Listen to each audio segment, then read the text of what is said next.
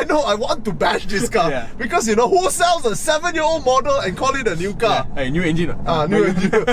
Somehow we don't want to give you 2 litre or 1.8, 1.9 so that you can't sleep at night. That's like 0.1. We just want to give you that hanging feeling. So you can park next to a Ranger and say, what you want? You think you got the smallest engine? I got smaller. Coming back to this Isuzu D-Max, a lot of uncles have been telling me good things about D-Maxes all this while. A lot of uncles and sensible businessmen. Okay. Sometimes it's the same thing. Yeah. Synonymous. So you look at them and then you know they are boring looking and then they're uncle and then they're stable and then they tell you out of nowhere a D-Max or D-Max. I'm like, why? Why? Why a freaking D-Max? Now, are they saying that Hilux are not good? I think what they're saying is the D-Max has never given them a problem. Okay. It's not that they've looked into other brands. Okay, I have to say though, first impression is bad because on the outside it looks like some Bandai plastic. The fact that it's an O-face is already a negative point. On top of that, the choice of plastic and the metal they use, I mean, come on. The chrome they use, it's a little bit tacky. Yeah. But I have to say, after driving it for like 15 minutes, it's not too shabby. Exactly. You can't hate the car. You know how I hate pickup trucks that are too rough. Yeah. And this is not. Yeah. It's not too rough. It's actually, I mean, in reasonable speed, it's actually okay, isn't it? You're not compelled to, test it in like as if you're doing a century sprint or anything. But it has not failed in any of the normal tests that I've been doing. You can't hate it, You really can't. And if over the years it lives up to its reputation, I can imagine people falling in love with it. It's like one of those people that you look once and you look twice and 3 times, and then 20 years later you still look at the person and it still does not look good to you. But then eventually you found yourself, you're 50 years old and then you have to marry someone, and then you marry her and then you realize, oh, not bad. Reliable. Okay, let's talk about performance. 6-speed automatic is new for the D-Max. Used to be 5-speed, now it's 6-speed. The 1.9, it may make you feel like, this is a smaller engine, it must be less robust. And to be honest, we don't know. But this car has been running around with this engine for 4 years in Thailand. I know, I've heard about this 1.9 for a a long time. Yeah. But they were taking their time because they wanted to test it with our grade of diesel. Because we have palm oil. Biodiesel. Biodiesel, yes. So they put 2 filters between... He's telling us ours is dirty. But why would people think it's not robust just because it's 1.9? I think people have this perception that a smaller engine is less robust. A smaller engine is more overworked, which in a sense is true. It is definitely true, but it doesn't necessarily mean it's less robust.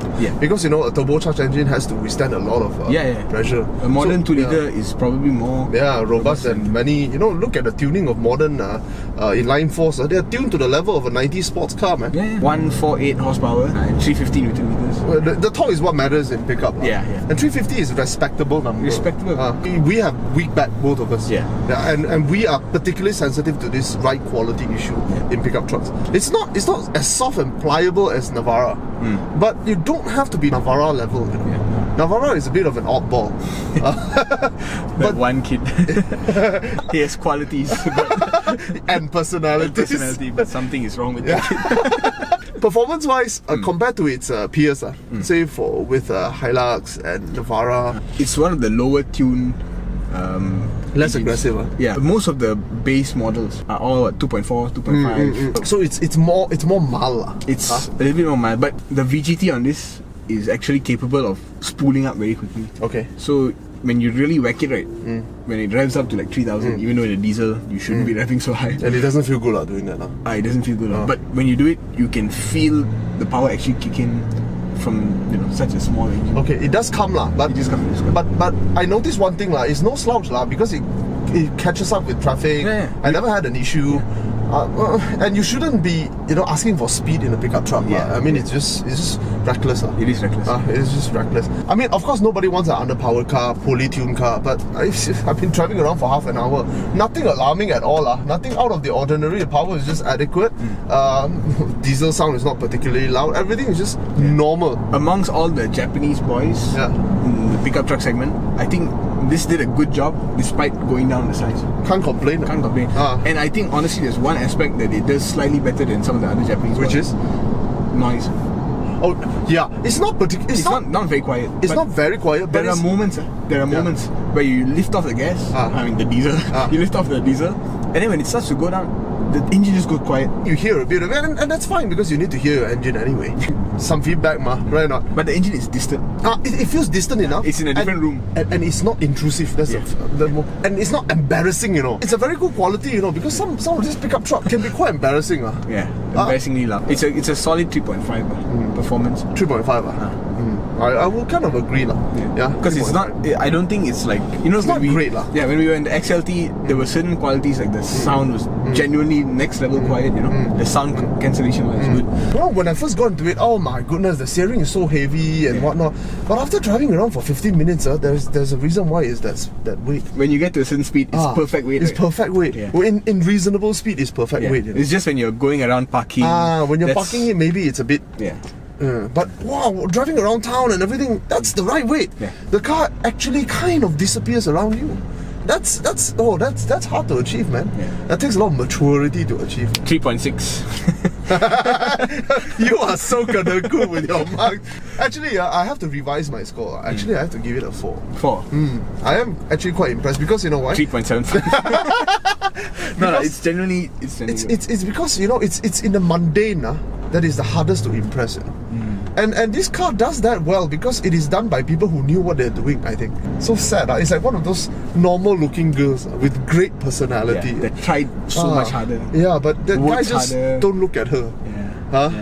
I think this is the quality the uncles are looking for. This is why uncles love the D-Max. That's why uncle loves their wife. Okay, so you give 4, I give 3.75. So what else? Design. Oh man. This girl does not turn heads. Maybe she was easy on the eye like 5 years ago. The choice of chrome in the front is just the chrome is just too plastic. Too plastic, and then the plastic is just too matte. I show you where the effort was put. Soft touch here. I know. Here as well. Elbow has soft touch. Real stitch. Real stitch. Soft touch here. Yeah. Little black pieces here. I know, and it matters because this one is what you touch, isn't it? This your hand will tap here all the time, and you feel soft. And your elbows are resting on some nice soft leather.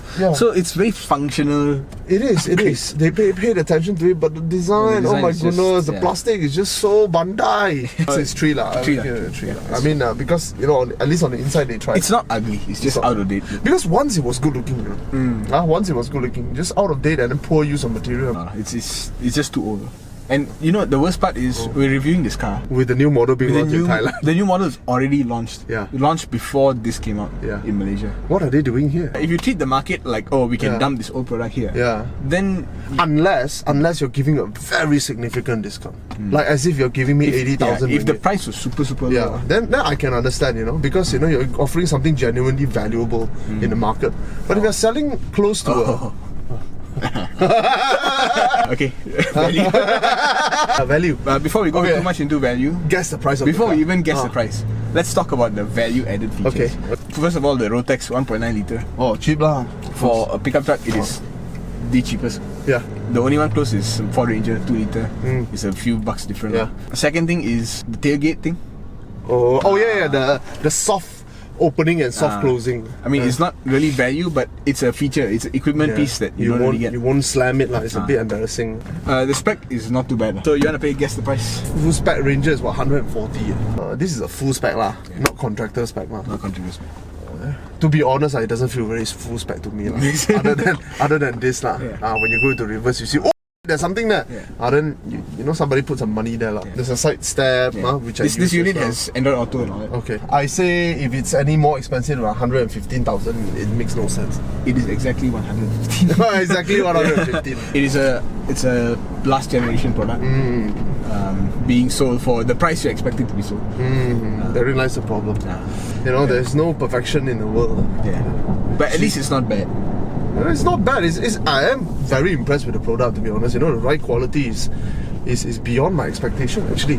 It's just 115. I have so many choices out there. Yes, it's not exceptional value. It's not. And then what are you showing the customer that blow their mind? Correct. Triton has the looks. Triton has the safety features. Ranger has the fact that it's a Ranger. And the brand is there. Hilux, the brand is there. Hilux, the brand is there. Navara is like Navara is trade-in values.